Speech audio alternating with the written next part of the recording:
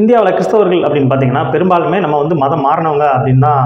ஏன்னா இங்கே உள்ள இந்து அமைப்பு வர்ணாசிரம கொள்கை அதிலிருந்து மாறுபட்டு தன்னுடைய ஒரு அன்பை நோக்கி ஒரு சமத்துவம் நோக்கிய பயணத்தை தான் இந்த கிறிஸ்தவர்கள் அப்படின்னு சொல்லக்கூடிய இந்தியாவில் கிறிஸ்தவர்கள் அப்படி தான் மதம் மாறினாங்க. ஏன்னா அப்படின்னா ஒருத்தனை வந்து கோயிலுக்குள்ளே வரக்கூடாது, அவன் வந்து இந்த இடத்துக்கு வந்தால் தப்பு, அவன் இதுவரை தான் உனக்கு வரதுக்கு அனுமதி இருக்குது அப்படின்லாம் சொல்லிக்கிட்டு இருக்கும்போது யார் வேணாலும் வரலாம், யார் வேணாலும் வாங்க அப்படிங்கிறது வந்து ஒரு யார் வேணாலும் வாங்க கை கொடுங்க அப்படின்லாம் ஒரு சமத்துவமாக பழகின ஒரு மதம் தான் கிறிஸ்தவ மதம். அதனால தான் நிறைய பேர் வந்து கிறிஸ்தவத்தை வந்து தழுவுனாங்க. சிறுவில்லிபுத்தூர் ஸ்ரீ ஆண்டாள் கோயிலில் பார்த்தீங்கன்னா இப்போ கூட இசைஞானி இளையராஜா அவர்கள் வந்து கருவறை பகுதியில் உள்ள ஒரு நிலத்துக்கு வந்து அவரை வரக்கூடாது அப்படின்லாம் சொன்னாங்க இல்லையா, அப்போ கூட ஒரு சர்ச்சையாச்சு. அது மாதிரியான அதுக்கும் அவர் தனிப்பட்ட விளக்கம் கொடுத்தாரு. இருந்தாலுமே இன்றளவும் அந்த விவாதம் தொடர்ந்து கொண்டிருப்பதற்கு இந்த இந்து மதத்தில் உள்ள முரண் தான் காரணம்.